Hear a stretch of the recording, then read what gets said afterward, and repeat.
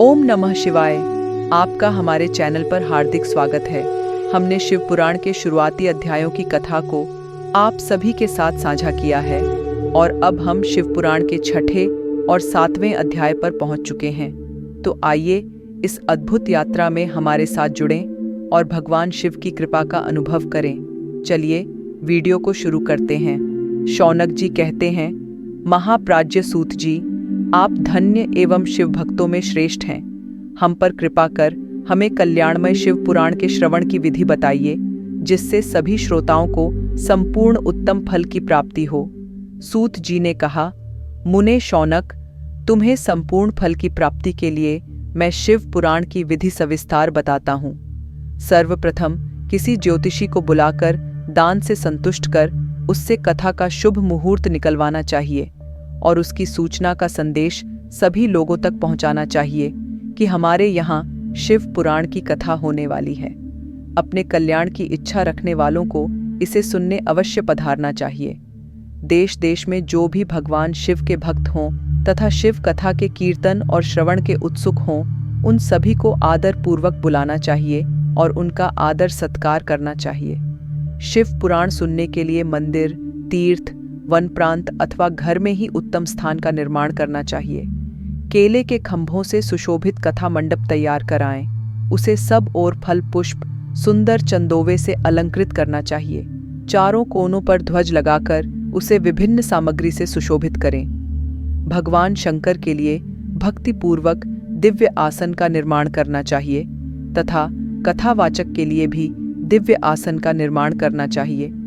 नियम पूर्वक कथा सुनने वालों के लिए भी सुयोग्य आसन की व्यवस्था करें तथा अन्य लोगों के बैठने की भी व्यवस्था करें। कथा बांचने वाले विद्वान के प्रति कभी बुरी भावना न रखें। संसार में जन्म तथा गुणों के कारण बहुत से गुरु होते हैं, परंतु उन सब में पुराणों का ध्याता ही परम गुरु माना जाता है। पुराणवेत्ता पवित्र, शांत, साधु, ईर्ष्या पर विजय प्राप्त करने वाला और दयालु होना चाहिए। ऐसे गुणी मनुष्य को इस पुण्यमयी कथा को बांचना चाहिए। सूर्योदय से 3:30 पहर तक इसे बांचने का उपयुक्त समय है। मध्याह्न काल में 2 घड़ी तक कथा बंद रखनी चाहिए ताकि लोग मलमूत्र का त्याग कर सकें। जिस दिन से कथा शुरू हो रही है उससे 1 दिन पहले व्रत ग्रहण करें। कथा के दिनों में प्रातःकाल का नित्य कर्म संक्षेप में कर लेना चाहिए। वक्ता के पास उसकी सहायता हेतु एक विद्वान व्यक्ति को बैठाना चाहिए, जो कि सब प्रकार के संशयों को दूर कर लोगों को समझाने में कुशल हो। कथा में आने वाले विघ्नों को दूर करने के लिए सर्वप्रथम गणेश जी का पूजन करना चाहिए। भगवान शिव व शिव पुराण की भक्तिभाव से पूजा करें। तत्पश्चात श्रोता तन मन से शुद्ध होकर आदरपूर्वक शिव पुराण की कथा सुने। जो वक्ता और श्रोता अनेक प्रकार के कर्मों से भटक रहे हों, काम आदि 6 विकारों से युक्त हों, वे पुण्य के भागी नहीं हो सकते। जो मनुष्य अपनी सभी चिंताओं को भूलकर कथा में मन लगाते हैं, उन शुद्ध बुद्धि मानव को उत्तम फल की प्राप्ति होती है। शिव भक्तों, इसी के साथ शिव पुराण का 6ठा अध्याय यहीं संपन्न होता है।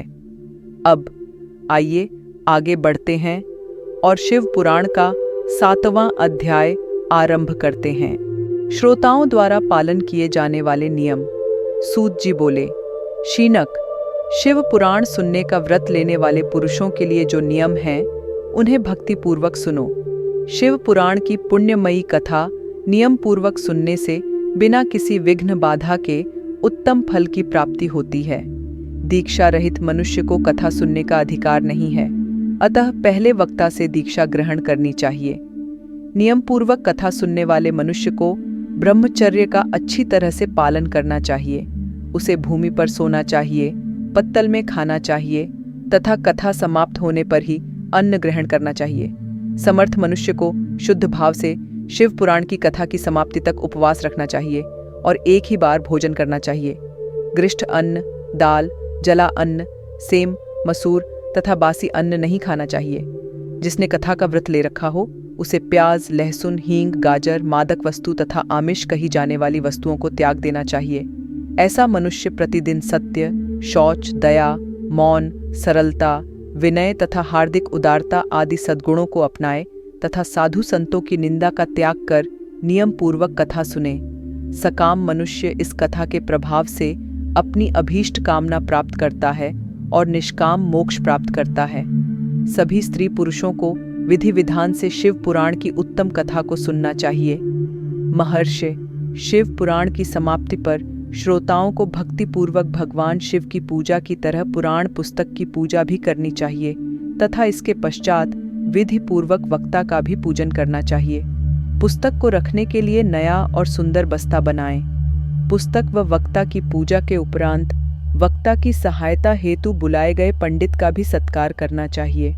कथा में पधारे अन्य ब्राह्मणों को भी अन्न धन का दान दें। गीत, वाद्य और नृत्य से उत्सव को महान बनाएं। विरक्त मनुष्य को कथा समाप्ति पर गीता का पाठ करना चाहिए तथा गृहस्थ को श्रवण कर्म की शांति हेतु होम करना चाहिए। होम रुद्र संहिता के श्लोकों द्वारा अथवा गायत्री मंत्र के द्वारा करें।